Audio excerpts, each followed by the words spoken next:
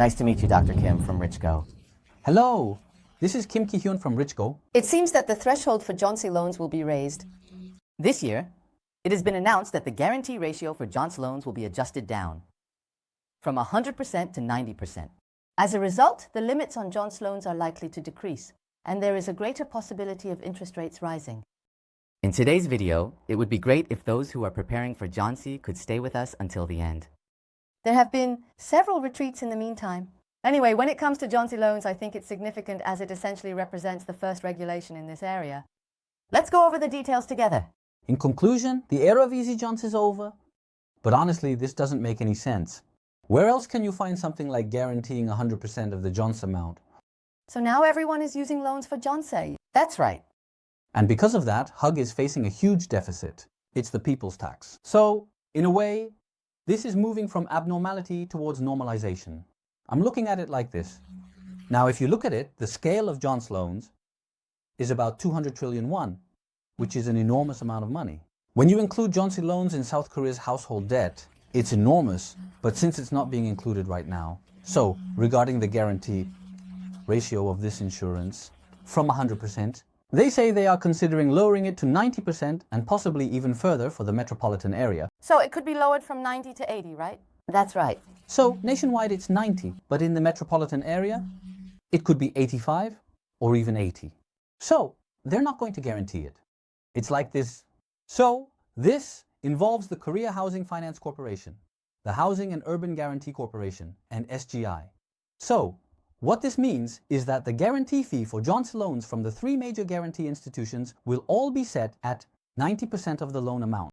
And it could be lowered even further. That's right. Here, it says that a guarantee ratio of about 80% could be applied in the metropolitan area. So this is what we're talking about right now. It's really easy to get a loan, so it's true that I could rent a place even without my own money, which led me to take out a Johns loan a bit recklessly. Because of that, Johns prices have gone up, and in turn, apartment prices have also risen. I think this is a measure to alleviate those side effects. And the problem here is that it's not the consumers who are at fault. Consumers can just use their own money and take out a loan, right? It's just that I have to put in a bit more of my own money. So, what about the bank's perspective? So, our friend Richgo is the bank. I'm giving you a Johns loan, and the government is saying they'll guarantee 100% of it about giving me a loan.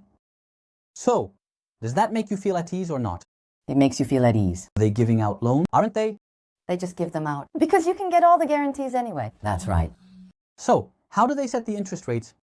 They probably offered low interest rates, right? Why, I'll do 100% of it. It's like they're just giving everything away without a second thought. But now, I think financial institutions are going to get a bit confused, which is why we're hearing concerns about rising financial institutions, right? So, I believe there will be significant changes in the Johns market because of this. We really need to keep an eye on these changes. And I think these changes in the Johns market will definitely have a considerable impact on the sales market as well. So everyone, the era of easy loans is really coming to an end. You really need to be careful with loans. But during times like this, if the government offers special loans like the special guarantee loan, and you just go ahead and take them out without thinking, it could really lead to big problems for you. Also, we mentioned that we would implement the DSR, debt service ratio, phase 3 for loans. Yes, that's right. It's getting more complicated. Yes, that's right. This time, we talked about reducing the guarantee ratio, and we plan to implement that within the first quarter. Within the first quarter. And the stress DSR is scheduled for July, and we will implement it as planned. So, since the virtual interest rate is set at 100%, with a 1.5% virtual interest rate, household debt has already slowed down, just with the second stage. And the real estate market has frozen up. But what will happen when the third stage is implemented starting this July? The market's mobility is decreasing even more. However, the Johns guarantee won't be 100% anymore. It could be 90% in the provinces and even down to 80% in the metropolitan area. The atmosphere in the market is completely changing for everyone. The main reason for indeed reducing the guarantee ratio for Johnsy loans this time, as you mentioned, appears to be related to loans and preventing gap investments in order to ensure stability. But right now, it's not even possible to do gap investments. Even if you want to do it, it's just not possible right now. The problem is that Hug has been struggling so much that they've ended up in a really tough spot with all the guarantees they've provided. And what is this about? If they guarantee everything, do you think the banks will properly assess the loan applications? Aren't you going to do it? Just like I mentioned earlier, if Michigan lends me money, they say they'll lend me 1 billion won. But what if I can't pay back this 1 billion won? That's wrong. The government said they would provide it. So, are you going to lend me money? Aren't you going to lend it? There's no reason not to lend it. There's no reason not to lend it. Deposit 1 billion shah, one post-broadcast. It's not a bank. Isn't it perhaps you think maybe a bank? Borrow 800 million won. Let's do it again. Once more. So, this is the situation. Now that we're talking among ourselves, it makes sense, right? So, there were some issues like this. Because of that, the structure is such that they guarantee the full amount, so they just give it out without much thought. And since they keep giving it out like that, what happens is that for John's loans, originally, for newlyweds, where are they supposed to get the money? Honestly, even having 100 million or 200 million won is not easy. It's not easy for them to come up with even 100 million or 200 million won, but since they keep giving out John's loans, it's like, honey, let's buy an apartment. I took out a little loan. Originally, I was supposed to live in a villa with monthly rent, but I can't do that. So, I ended up living in a place with a higher monthly rent, 2 apartments and places like that. So, what happens when the prices of apartments go up? The sale prices are going up again. So, I believe the trend of people flocking to apartments has accelerated. And that's another reason for the current apartment bubble. But now they're saying they won't do this anymore. And what I'm thinking right now is this. Yeah, I think the villa and office-tel market will relatively benefit from this. Right. So originally, there were people who had no choice but to buy office-tels or villas, but since they keep giving out John's loans, they ended up buying apartments. Right. So I think the demand for cheaper villas or office-tels for monthly rent or semi-Johns might increase as people lower their expectations for apartments. That makes sense. Actually, there has been something like that. Johnsy scams have actually appeared more in villas and places like that rather than in apartments, which made people really hesitant about Johnsy. But if getting John's loans becomes difficult, won't people just switch to monthly rent instead? The monthly rent market will probably keep growing, right? Yes, that's right. I think the monthly rent market will keep growing. Yes, that's right. Such movements are already starting to show up now. So this is scheduled to be implemented in the first quarter. So from the lender's perspective, it seems unlikely that they will make the conditions as easy as before. This means that getting John's loans won't be easy. So getting a John's loan is not going to be easy. The threshold for loans is going up. So what does that mean? Now, with the shift to monthly rent happening in villas and other affordable rental markets, the monthly rent market could become even more unstable. So how is the John's loan assessment going to work now? Before that, the government did everything when it lent me 1 billion won, but they can only lend 900 million won. So, who's going to take responsibility for the 100 million won? So, I might not be able to pay it back. It's up to us to take responsibility. If I can't pay it back, are they going to make it difficult for me to get a loan? Are they going to make it easy? They were really strict about it. Suddenly, the look in their eyes changed like this. My money hasn't come out. That's right. It's going to get really strict. Therefore, it's only natural that the Johns market will inevitably shrink. Because in a way, the Johns market has been supported by loans. If that happens, people will switch from Johnsy to monthly rent. So can't the monthly rent prices go up? Monthly rent prices can go up. That could also be seen as a side effect. That's right. And already, the monthly rent prices for multifamily homes and villas are continuously rising. Because people, in the case of office-tels or villas, since they don't declare Johnsy, the focus has shifted heavily towards monthly rent. As a result, in the non-apartment rental market, monthly rent accounts for almost 70%. It's really high. It's true that they adjusted the Johns loan downwards with a positive purpose in mind. But on the other hand, if I'm a real resident, it becomes really difficult to get a loan because they make it so strict. I think there will definitely be side effects. Of course. I think the impact will be significant. There is an impact? There will definitely be an impact. That's why it's a factor that decreases, rather than increases, the demand in the Johns market.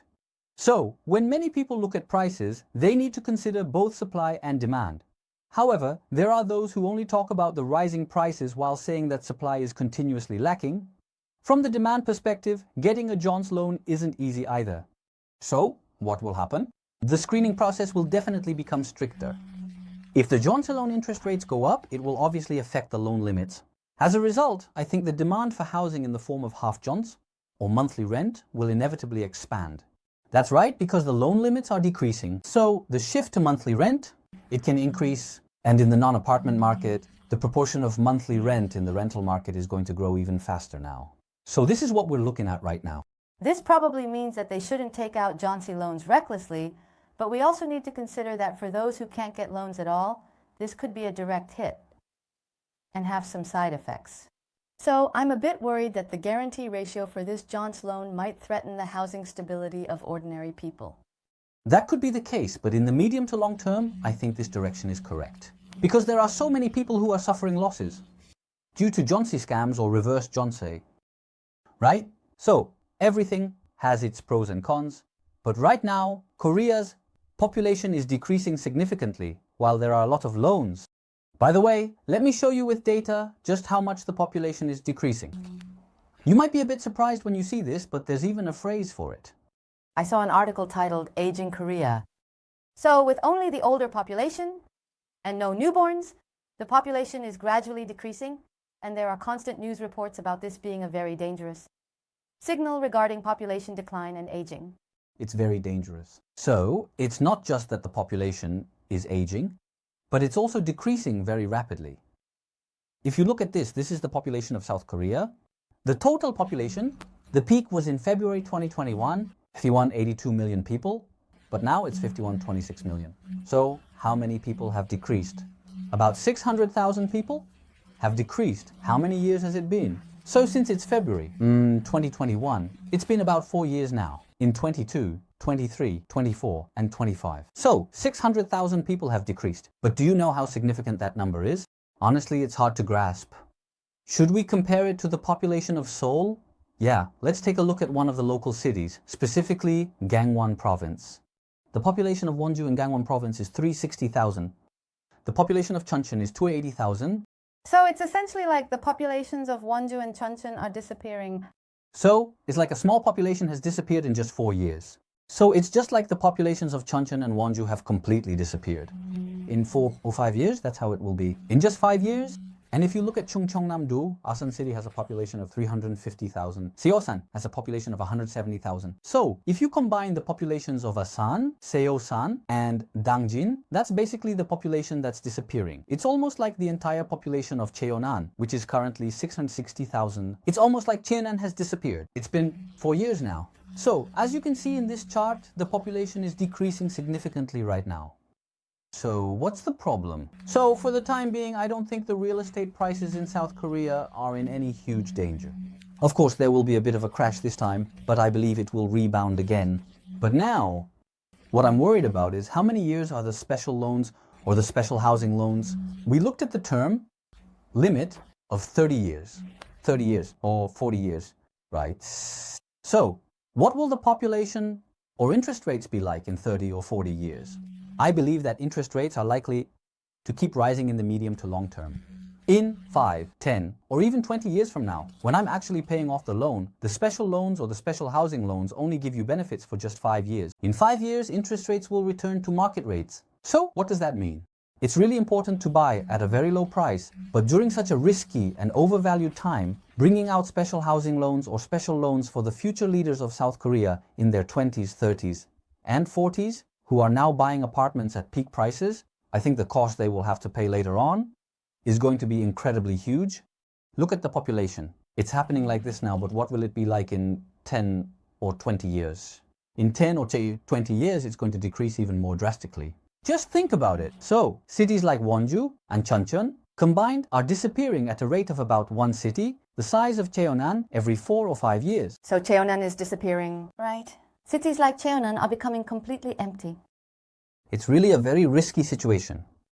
See the bigger picture and make data-driven decisions. Buy at low prices. The perfect opportunity starts in 2025. A major turnaround will begin, with a significant upward trend likely. And I believe that the perfect opportunity to do that will start from 2025. So, I believe that the major turnaround in the local real estate market will start in some areas from 2025, and by 2026, there's a very high possibility of a significant upward trend. I really hope you seize that opportunity. You shouldn't take out loans recklessly. You absolutely must not do that. We'll wrap up this video by saying it once more. If you liked this video, please give it a thumbs up, subscribe, and leave a comment. Thank you.